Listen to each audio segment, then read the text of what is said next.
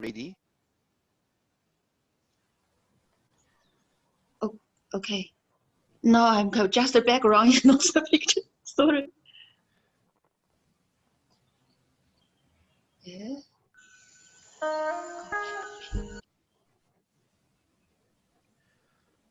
Okay, very good morning. I think let us give us another 1 to 2 minutes while we have more people joining us. Okay, so everyone, thanks for coming in this morning. So another 2 to 3 minutes and we will start.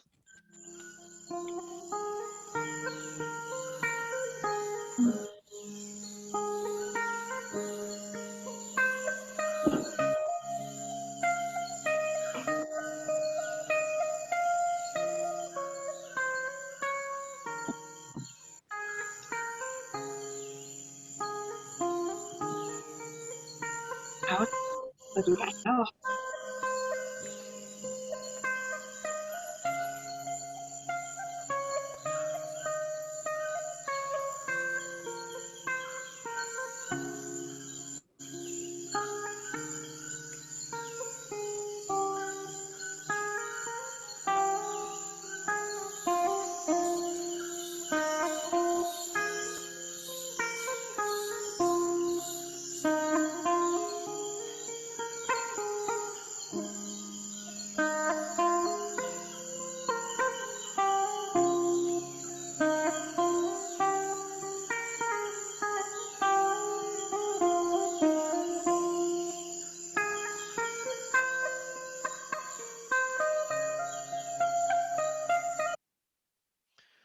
Okay, very good morning to everyone and welcome to the International Conference on Responsible Tourism and Hospitality.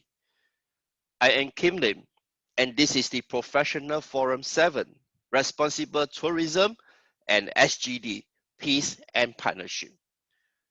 Prior to the onset of the COVID-19, tourism in Asia is expected rapid growth, buoyed primarily by the sustained economic growth, liberalized air travel, and regional cooperation. Many Asian countries recognized the potential of tourism and has been placed on their list of development priorities.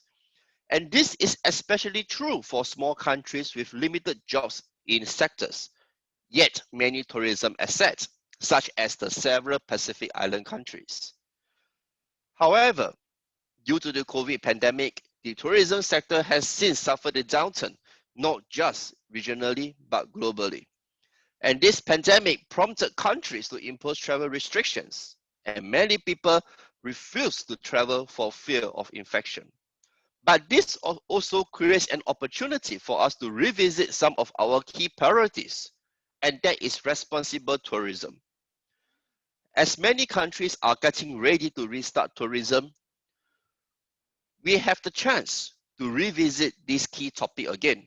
And on that, today we have 3 speakers who will be sharing with you on their perspectives and views about this. So first, let me introduce Professor Cheng Ming Yu. Professor Cheng is a professor of economics at University Tunku Abdul Rahman, or Utah in short, and this is in Malaysia. She was a fellow for Japan Society for the Promotion of Science Fellowship. She is a Fulbright visiting scholar at Washington State University and a research fellow at the Lee Kuan Yew School of Public Policy, National University of Singapore. And she is also a visiting professor at the National Taiwan University. And it doesn't end there. In 2011, she was honored as the Young Global Leader of 2011 by the World Economic Forum. So I think it is our privilege and honor to be able to hear Professor Cheng to speak this morning. And she will be sharing with us on this very interesting topic, which she called the Humanistic Tourism Development. Professor Cheng, over to you. Thank you very much, Kim Ling, for the introductions. I think you have actually set the scenery quite well that we are here today to prepare for the recovery of the tourism after this COVID-19. So I have actually prepared something that I would like to share with you. Okay, so can I share my slide? tourism, humanistic Yes, you tourism can. development. Okay. Yes.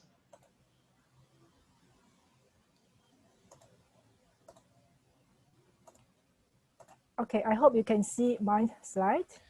Yes, we can. You need to put on the slideshow. There we go. Yeah, so I would like to actually look at this topic on the peace and partnerships, maybe from this angle, the humanistic aspect of the tourism development. How do we mean by it? Of course, we know that tourism industry is a fast growing and a very important sectors for many economies, including the developed and also, as well as developing countries. And however, the COVID-19, of course, the outbreak since last year has actually caused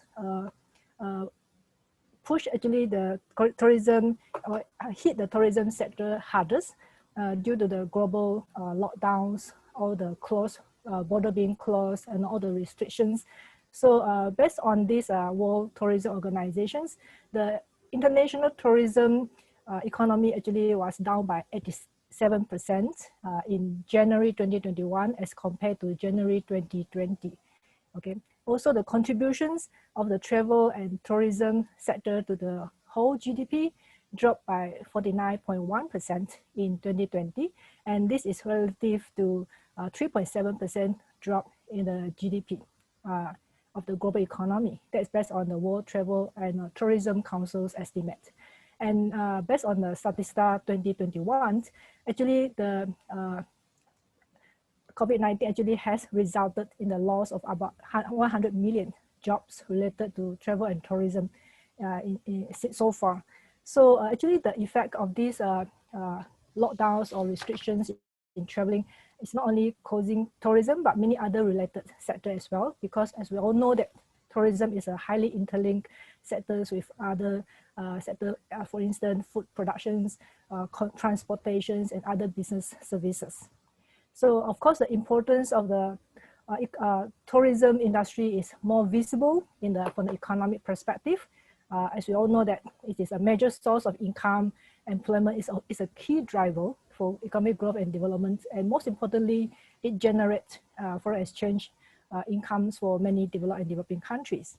So based on the estimations, actually, on average, the contribution of the tourism industry is about 10% to the world GDP. And in 2019, it was 10.4%. Of course, it dropped to 5.5% in 2020. As I mentioned just now, there was a relative 3.7% drop in the global GDP. And it has contributed about 30% of the export in services globally, created about 300 million jobs globally as well. So in every one in the 10 jobs actually created, actually there in terms of job creations, between 2014 to 2019, 1 in every 10 jobs created actually are related to the travel and tourism. Okay, so and the importance of the tourism industry actually is not only at the sector itself. As I said, it has a multiplier effect to many other related sectors. You can name it. Okay, that's why when this COVID-19 outbreak of this COVID-19 pandemic, many people in the tourism sector being affected and other associated industry as well. So when we talk about tourism and development, there are obvious advantages and disadvantages related to the tourism, travel and tourism activities. Of course, the main advantage tend to be primarily monetary, economic benefits, as I said just now, but there are other important benefit as well. Of course, the economic benefits, it has outlived the poverty, the community from poverty and general income, employment, as I mentioned just now, but it also contributed in other aspects. For instance, if we manage this industry well, it will actually contribute to the preservations of the natural habitats and resources and promote cross-cultural interaction. And this is very important for us to actually cultivate the awareness and also understanding each other's, and directly actually it contributed to the peace and also the tolerance. But on the other hand, whatever it seems to be positive, it may also have associated negative impacts, especially if we don't actually treat or we don't travel in a sustainable way. So the impacts, especially to the local community, are quite obvious in many places. Again, you can look for the economic impacts, the environmental impacts, and also social economic impacts, especially to the local community. So the over-tourism may cause congestions, and also may also have other externalities, for instance, increase in the prices on the goods and services. So the development of the tourism destinations, on the one hand, may help to improve the quality of the infrastructures. On the other hand, it may actually lead to the depletions of natural resources, damages of some historical sites, and also cause pollutions. Okay, and social cultural aspect, on the one hand, as we mentioned just now, is a very useful or very effective way for us to understand each other's, especially cross-culturally. But also on the other hand, if there is lack of elements of respect and also responsible traveling, I think it may also cause some cultural crashes or some of the loss of the cultural heritage, especially if tourism is treated too commercially. So I would say that traveling is a very beautiful thing. We are all travelers, we are all tourists. There are many reasons, each of us have our own reasons of traveling. So we actually, it's become a very important part of our life. The travel is getting more important. But if we don't actually do it properly, if that is too commercialized, if we emphasize too much on competitions and also aim for profit as our ultimate goal, it will actually challenge the sustainable development in the tourism industry. So that actually brings me to discuss this topic on humanistic tourism. In fact, this is not a new idea. It's not a new concept on humanistic. And in fact, we are actually looking into this from different perspectives.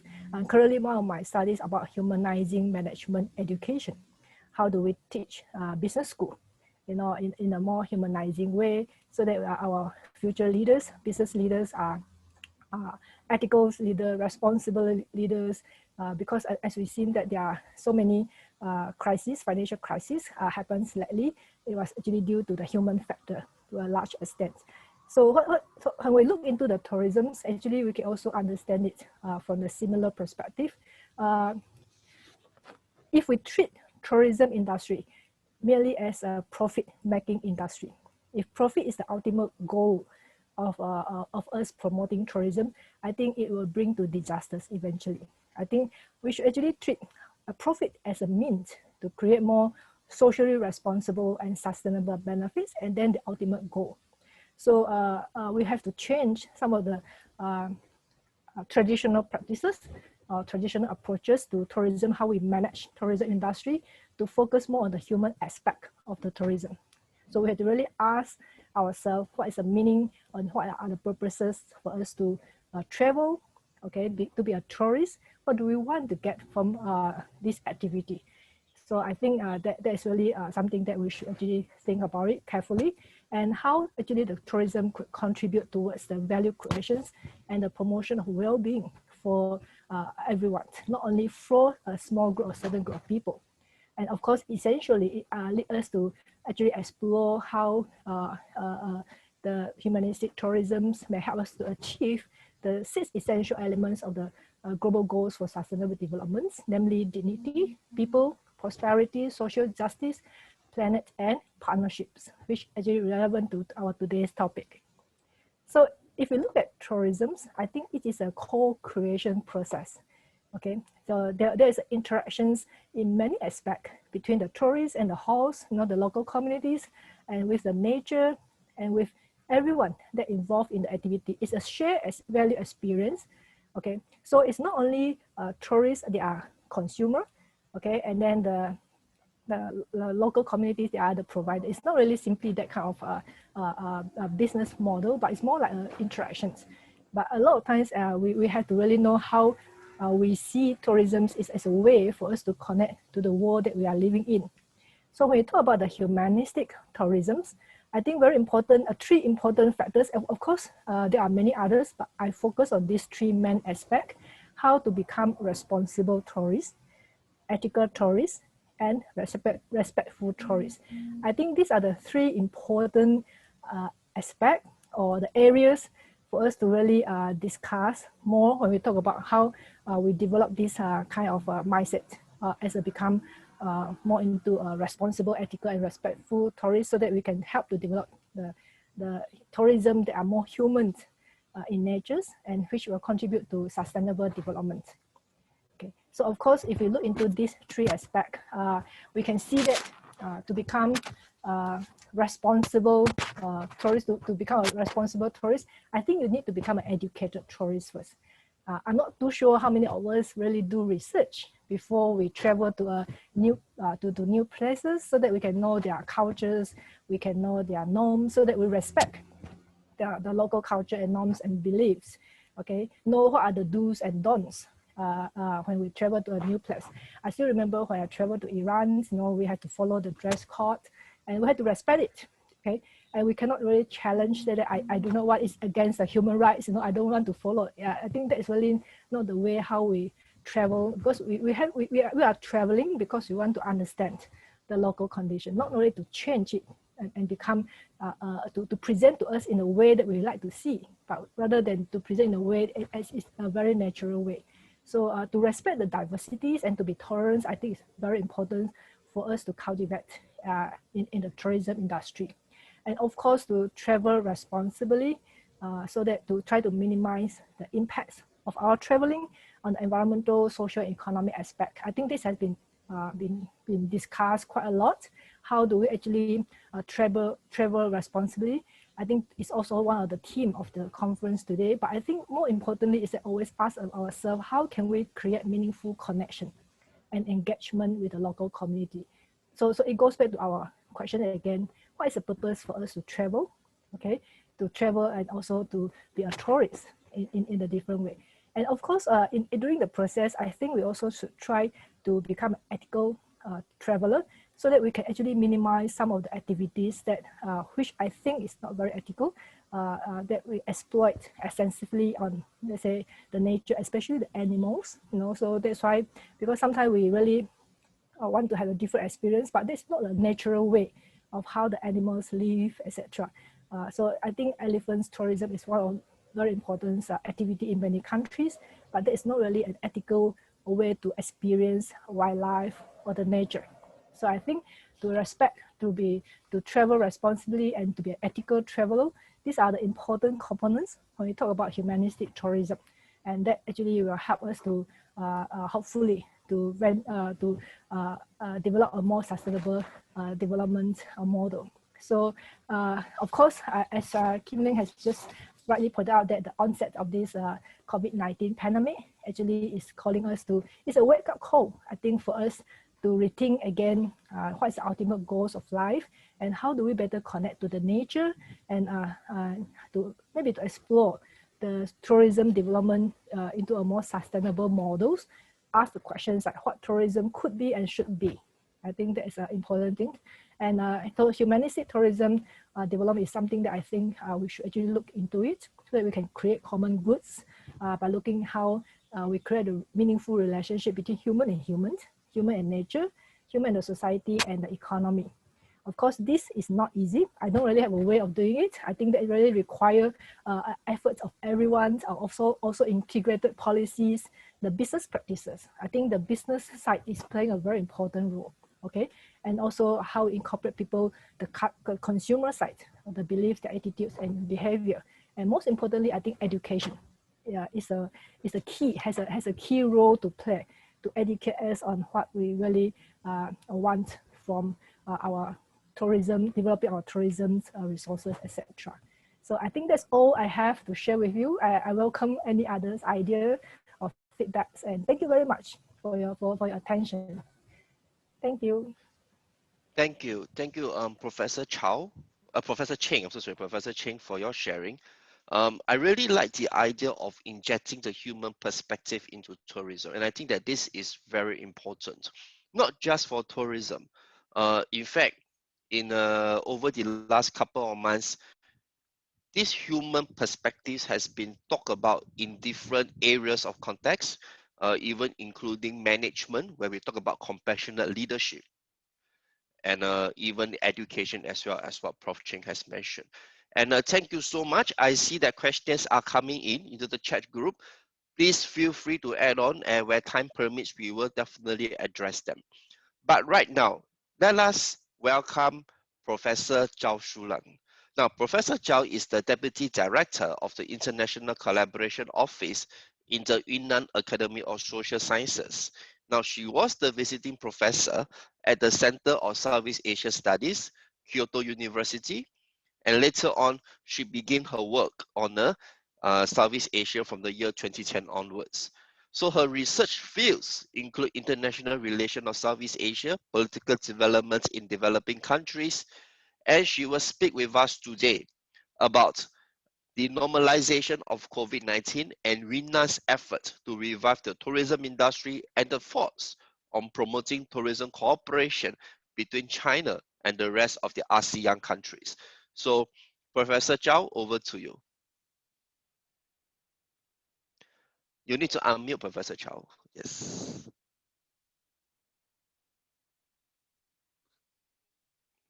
Let me see if I can help you. Oh, yeah. Yes. Fantastic. Yes. Fantastic.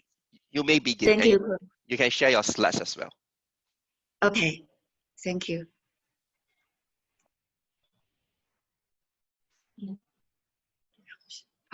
I cannot share my screen. Please help me. I cannot share my screen. Okay. Can you share at the bottom column? Did you see something called share screen? Yes, I see the bottom of the share screen, but it says the organizers have locked the right. Okay, let me see if I can help you on that. Yeah. Okay.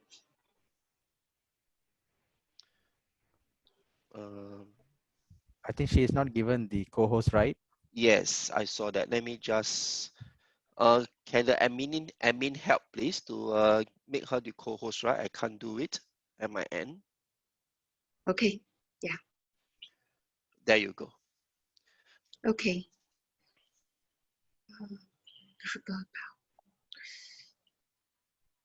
So, yes. Yes. Professor Chow, okay, yes. Let me see. Yeah. There you go. You need to on your PowerPoint, please. Yes, we are seeing your desktop. Yep. Can you see my PowerPoint? Yes. No. Thank you. Okay. Thank you. Yeah, you need to do the screen show, the slideshow. Okay. Yes. Thank you, Professor Tan. Thank you so much. Thanks a lot to the conference organized. Good morning, everyone. Speaking in front of the screen makes me a bit uneasy, and I sincerely hope that COVID-19 will end as soon as possible so that we can have face-to-face communication. The COVID-19 outbreak has had a huge impact on all countries, the tourism industry in particular, hit hard by the pandemic. In such times, the meeting yesterday and today are so important, and it's my great honor to share with you my perspective today. And my presentation includes 4 parts. I will introduce the practice adopted by Yunnan province during and after pandemic. First, I'd like to briefly introduce the tourism development of Yunnan over the past 5 years. Then I will talk about the government's roles in that development, especially during COVID-19. Then I will review the tourism cooperation between China and Asian countries in recent years. Lastly, I will share my thoughts on promoting tourism cooperation between China and Asian countries in the post-COVID era. Let's move to the part 1. To introduce the achievement in the tourism industry in Yunnan, I will use the past framework, police, economy, society, and technology. First, the place. Since 2009, Yunnan province has started to promote tourism development. Many policy documents were issued, especially in 2020. The implementation plan of integrated development of culture and industry in Yunnan province from 2020 to 2021 or 2022 was released. According to this program, the integration of culture and tourism was a key pursuit. Yunnan is abundant with local cultural heritage. To put the culture element in the tourism development, innovations has been promoted and established. This includes the development of new boundary routes 80 and tourism routes 10, culture parks 37, and culture industry bases. For example, the cultural industrial park of Purple Pottery in Jianshui has entered the first batch of 10 national culture industry demonstration park in China, and 41 high-quality art performance programs, such as Impression of Yunnan, has been successfully created. And now, 46 international cultural tourism activities and more than 100 sports tourism events have been held. The truth is economy. Economy includes two aspects, the improvement of resident income and the continuous increase of tourism income. The picture is another. The picture is just a little bit different from what I said. In 2017, the per capita disposable income of residents in China reached about 4,063 US dollars, which was 22.8 times higher than that in 1978, with an average annual growth of 8.5%. This is greatly promoted the development tourism. Another date is the continuous increasing of tourism income. Tourism income is increasing and its proportion in the national economy is also increasing. The total revenue of cultural tourism increased from about 65.4 billion US dollar in 2015 and to about 203.2 billion US dollar in 2019. Three is a society.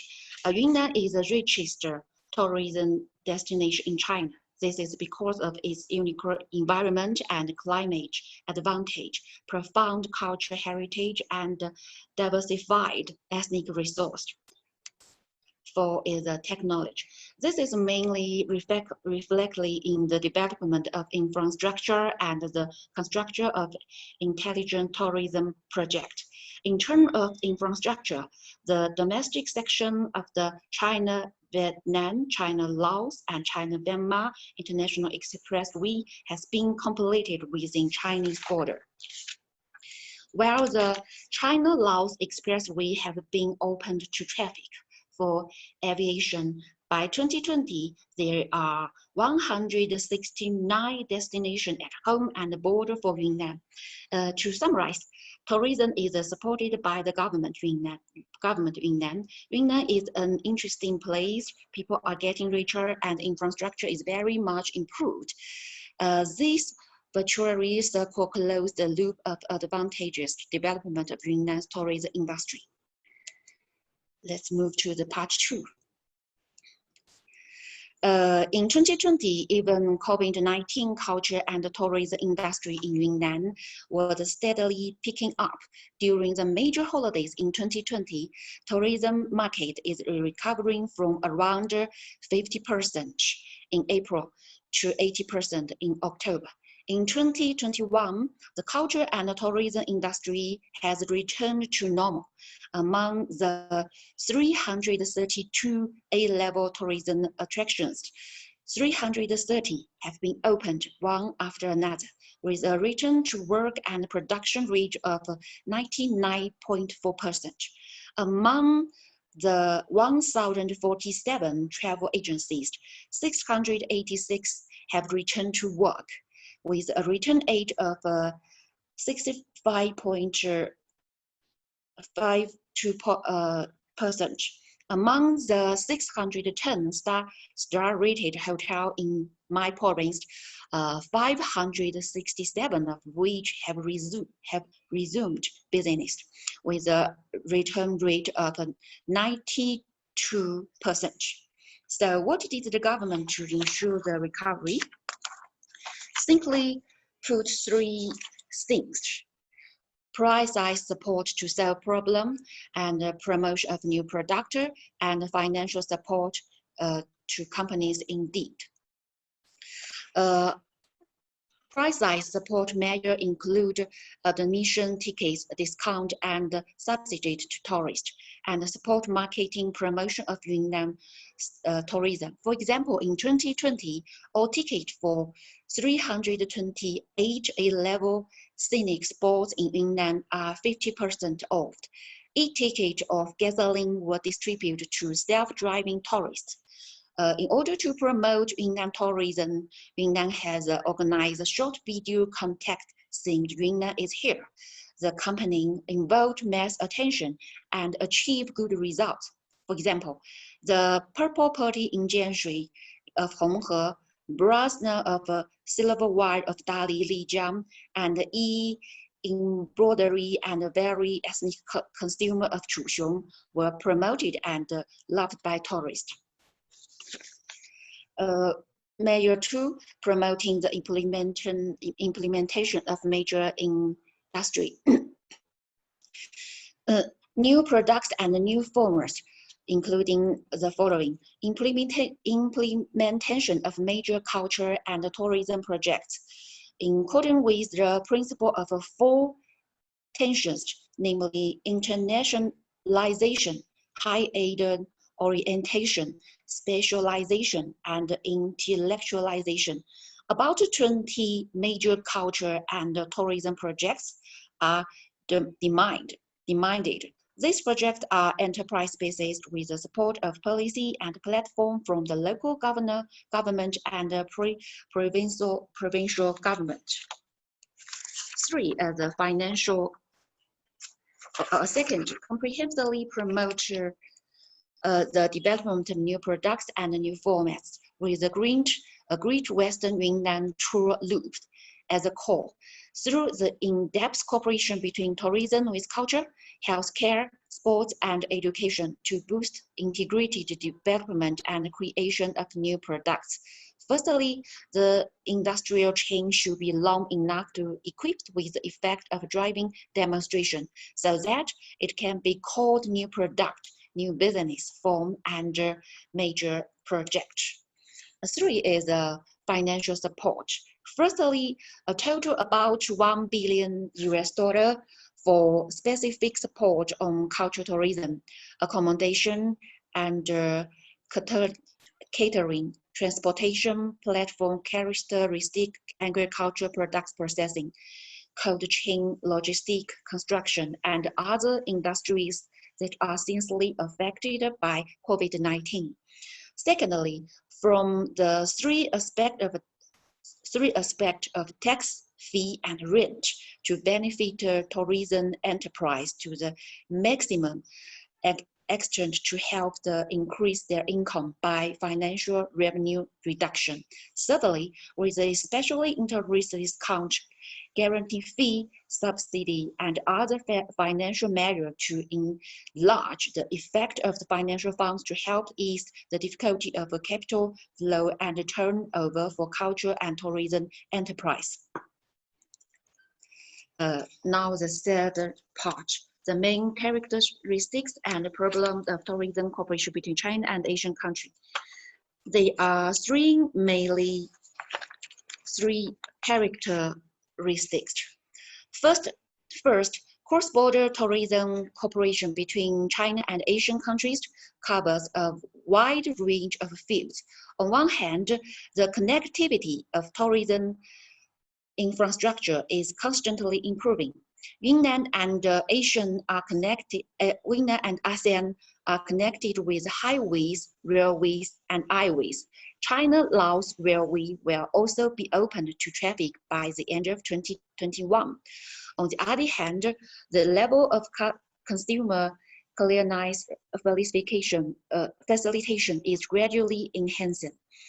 ASEAN countries are simplifying the entry procedure for Chinese tourists and opening up green channel for Chinese tourists.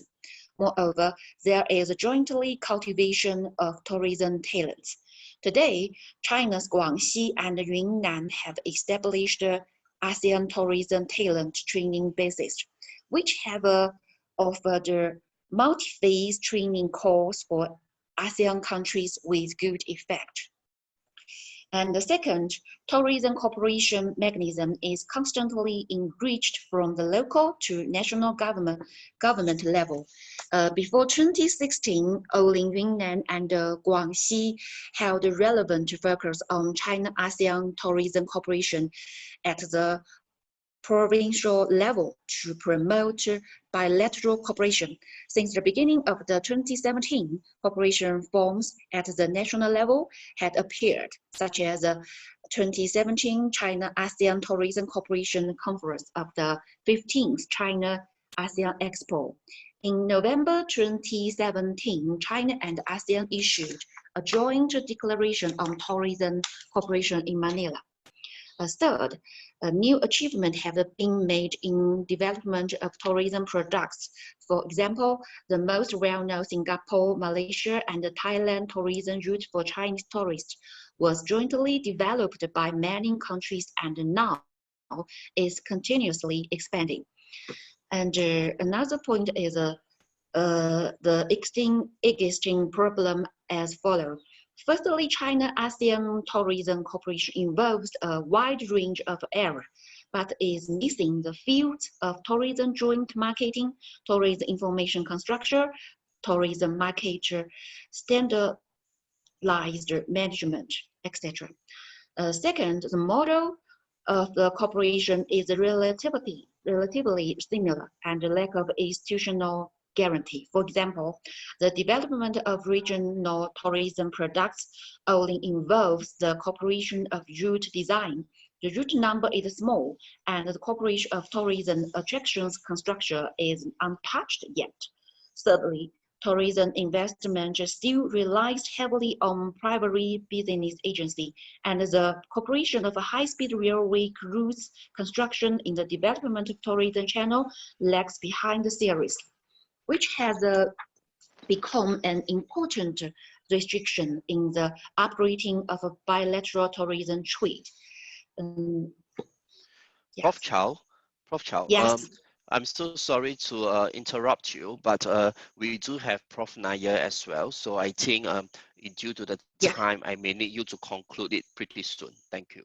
Yes, my conclude is maybe we, in order to further enhance the tourism cooperation level between China and ASEAN, the following thoughts are put forward. At the government level, it's necessary to establish a long-term dialogue mechanism for tourism in institutionalization and the China-ASEAN Tourism Minister Dialogue Forum, so that's to ensure the seamless connection between China and ASEAN countries. And at the industry and enterprise level across border had interdisciplinary China-ASEAN Tourism Industry Association should be established. The last is my thought on promoting the recovery tourist industry in the COVID-19 include first, maybe it's necessary to increase share of information among provincial tourism department, enhancing communication to understand and hear from both sides. And second, to promote the mutual recognition of vaccination and certification and the vaccine passport between China and ASEAN country. Thank you so much. Thank you, Prof. Chow, for concluding.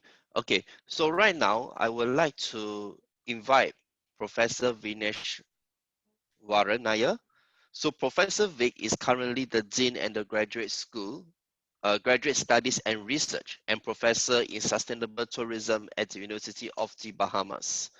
So other than his exceptional research achievements, which have earned him many international and national awards, Professor Vic is also the consultant with many national and international projects as well. In 2017, he has completed a report with the Bahamas government, where he led a project in writing the country report for the Bahamas on UNDP Sustainable Development Goals. And currently, he is working on numerous consultancy projects in the Bahamas with the Tourism Development Corporation and the development of environment planning and protection. So with research and consultancy and practical experience, I think we will be gaining a lot from him, where he will speak with us on working in partnership, the people-to-people program in the Bahamas. Professor Vic, the floor is yours. Thank you so much, Kim Lim. Greetings from the Bahamas. Firstly, I'd like to thank the organizer for having me here today. I know we are short in time, so I'm going to be very brief. For the next 15 minutes, allow me to take you through on a project that we have done in the Bahamas, using the whole essence of what partnership is all about and how you tie it very close to the Sustainable Development Goals. So I'm currently based in the University of the Bahamas since 2017. So in fact, I'm a Malaysian. I came to the Bahamas not too long ago, and I have been well-traveled around in Asia and done quite a significant work in a lot of projects in partnership, especially in rural tourism, responsible tourism, community-based and sustainable tourism. So what I'm going to speak to you today is a project that I've been working on, is quite close to my heart. So I'm going to be speaking to you on the role of partnership and how this can benefit a regional development, which is essence to our topic today. So if you see the screen here, I will be talking to you a bit about the Sustainable Development Goal and the National Development Plan in the Bahamas, and then how it ties down to the tourism and how it works together in partnership with other countries. And then the focus of my discussion is also going to be on CBT, or the community-based tourism, and how do you move forward post-COVID. So if you look at in the Bahamas, and as you all are aware of the Sustainable Development Goals as well, the government of the Bahamas requested the assistance of UNDP to review the National Development Plan of the Bahamas to ensure there is an alignment between the NDP and also the SDG. So the studies from the study, it basically showed that 88% of the NDP, the National Development Plan draft, was in alignment with SDG. So this is important for us because we want to ensure all development that is taking place in the country is getting us close to the 2030 SDG target. So as of July 2020, there are about close to 231 indicators of SDG. And when I first started working on this project in 2017, there was about 169 indicators. So we have used these indicators to actually measure the performance of the country in all the fields. But at the same time, because tourism is the main industry. I hope you are able to see my screen. You can. Yes, okay. We can see your screen. Yeah. Okay. So if you see, tourism is the main income earner of the country. So whatever development that we do in the country is very important for us to take into consideration what's happening in the tourism industry. As you may or may not know, at the end of 2019, the Bahamas was badly hit by a Category 5 Hurricane Dorian, which severely impact two major islands of the Bahamas. As the tourism started bouncing back, all of a sudden we have COVID hitting us. So if you see the statistics in front of you, the graph in front of you, the numbers were rising, we're doing well. But of course, just like any other country, we are now struggling in terms of getting back to ourselves because of the impact on the tourism industry. So the Bahamas, as you see on the screen here, the regional development over here is key for us. So as an archipelago that you see on the screen, the Bahamas consists of 700 islands with 2,400 keys in total, of which we have 30 islands inhabited. So being a small country with a population of less than 400,000 people, close partnership with all the other Caribbean region is key in tourism development. We don't look at it as competition, but I think the regional development, regional partnership becomes key for us. So the Caribbean Tourism Organization, consisting of more than 25 countries, including the Bahamas, play an important role to ensure peace, partnership for the region, and to remain responsible as far as tourism is concerned.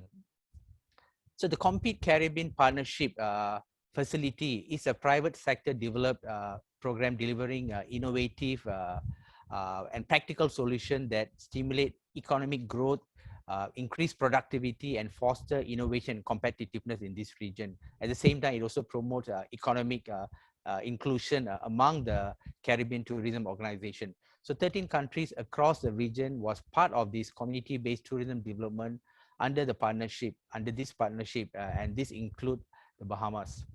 So if you look at the Caribbean Tourism Organization's CBT classification for development in the region, it includes this criteria that you see on the screen here. Operating in one of the 8 sectors of the tourism industry, it is owned and operated by the community, it generates benefit to the community. So that's typical criteria they use for any CBT. At the same time, there are also other optional criteria that is listed there. So using this classification, then the CBT development was actually done in this region. So CBT activities, experiences, opportunities are drivers in this region. So although the region can be similar in terms of its more well-known sun, sand, and sea products, the cultural and the aspects brought by the CBT program makes every destination in the Caribbean unique, because the sand, sun, and sea is the same. You have the best beaches in the world, in the whole region. But how do you make it different? It's the people. As what our early presentation we heard, the human side of it, the humanistic side of it. So the University of the Bahamas worked very closely in collaboration with the Tourism Development Corporation to develop a step-by-step approach to bring CBT in the forefront. So we take the community step by step in preparing them, to develop them, and also to sustain them, because this is the biggest challenge that we see. Because if you look at any CBT project, the period taken from step 1 to step 9 may be long. So the gestation period is long for CBT to actually work. So you need to have a good system put in place. Through the Compete Caribbean project as well, a CBT toolkit has been developed to promote business improvement and enhance business profitability. So if we see this toolkit here, this toolkit was developed regionally. So it is not competition anymore. We work together for the development of the region. So this is key in what we are trying to do in today's panel session. So as we slowly come out of the COVID pandemic, the Bahamas, like any other countries, is trying to transform the tourism industry. Of course, the silver lining in this pandemic for all of us here is that we have a chance to make it right. We don't want to go back to the old normal that was already not doing well. So now we have a chance to rebuild the confidence of travel based on the new protocol that we have set in terms of safety and health. So that is going to actually help the tourism industry in the Bahamas. So the Bahamas really have an advantage because you already got the best sun, sand, and sea product in this world, in this part of the world. And at the same time, by incorporating the human aspect of it, the culture and community aspect of it, this is going to be a pull factor for a lot of tourists that is going to be coming forward here. So if you look at the CBT program in the Bahamas, it is part of what we call the people-to-people program in the past. A people-to-people program have been in existence in the Bahamas for a long time.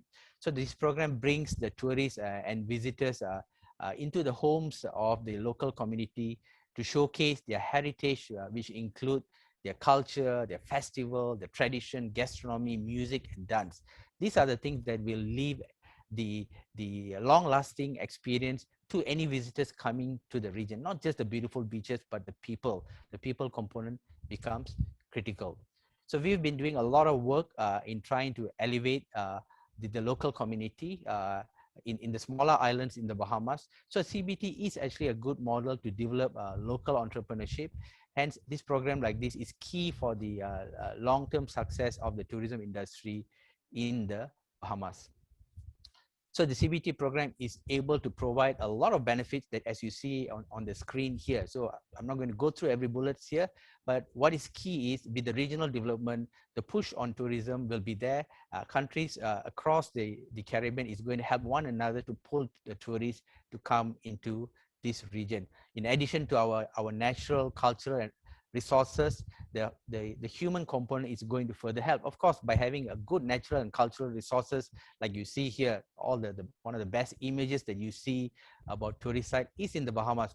And when you tie this very well to the human component, then you will certainly get more tourists coming to the region, the culture, the heritage, the food and gastronomy. So all this becomes key over here. So post-COVID-19, just to wrap up the discussion today, post-COVID-19, you may see that visitors' interest will change. Okay, there's going to be longer interest in longer stay destination rather than exploring destination with short stays and move around from one side to another. So tourists of tomorrow is going to prefer to go to a rural destination where there's less crowdedness.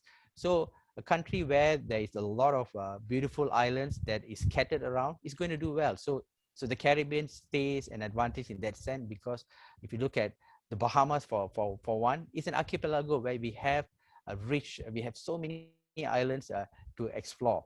So CBT is the future for the Bahamas because of the close collaboration that we have within the region in the Caribbean. So we do hope the experience that we have gained from the Bahamas, from the Caribbean, can actually help other regions in the world, including if you look at Southeast Asia in ASEAN. So ASEAN is another example of countries close by where you are able to actually connect one another for a regional development.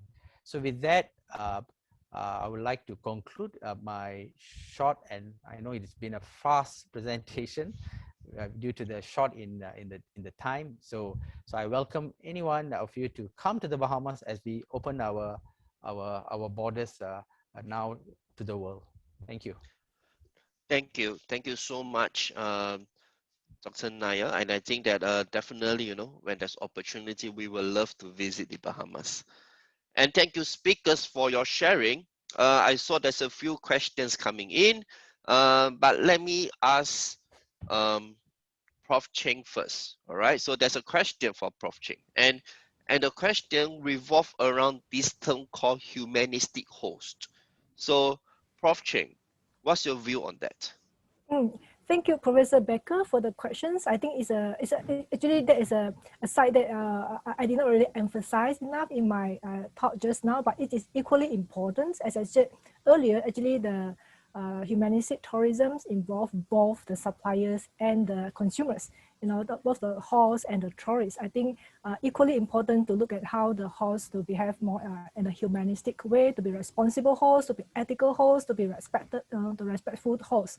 I think that's very important because actually I also see just now like what Professor Nair had mentioned about to create a positive benefit. Actually, it requires to develop the healthy relationships between the tourists and also the local community, the hosts.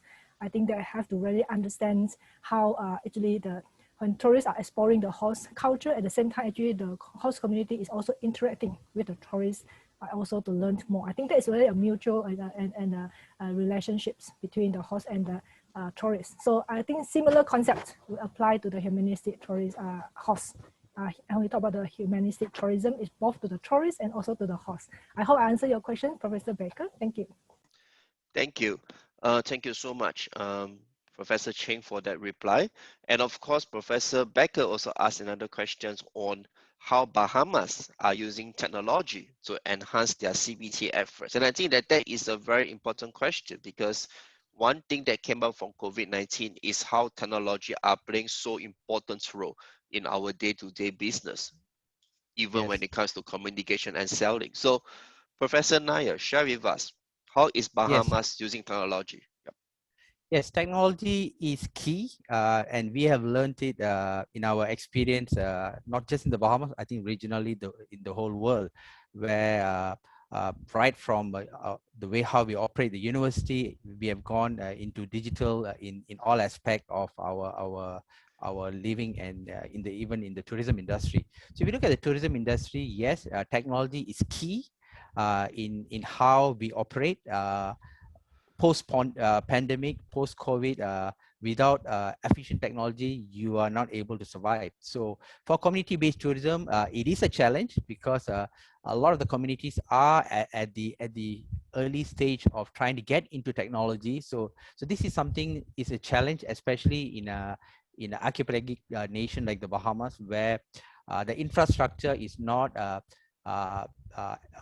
as synchronized compared to the central where the capital is.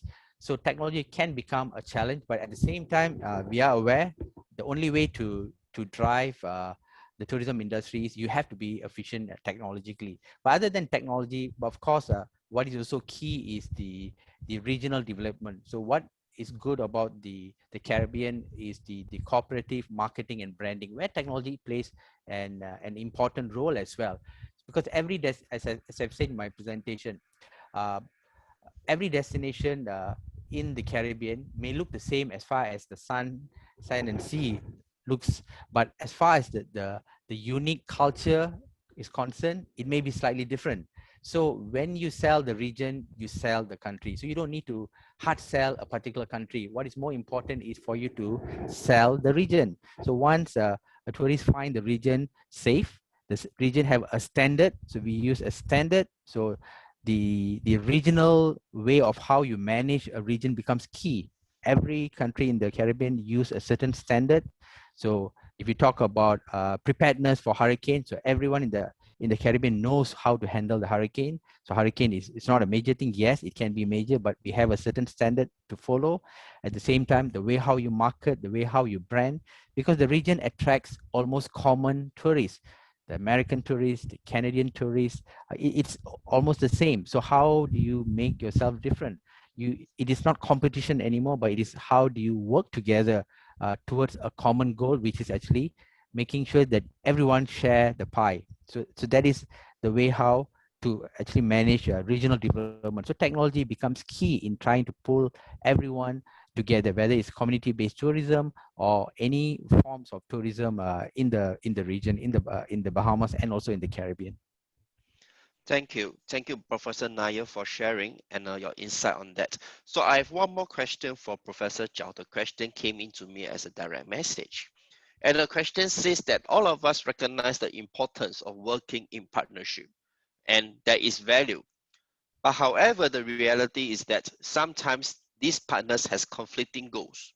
So from Professor Zhao's experience, how do you suggest that we can go on reconcile these differences? Oh, yes. I think the important thing is still communication, prioritized according to the most urgent needs from each other. Through several rounds of communication, we will find the common ground of the need. So it is important to build a platform of communication.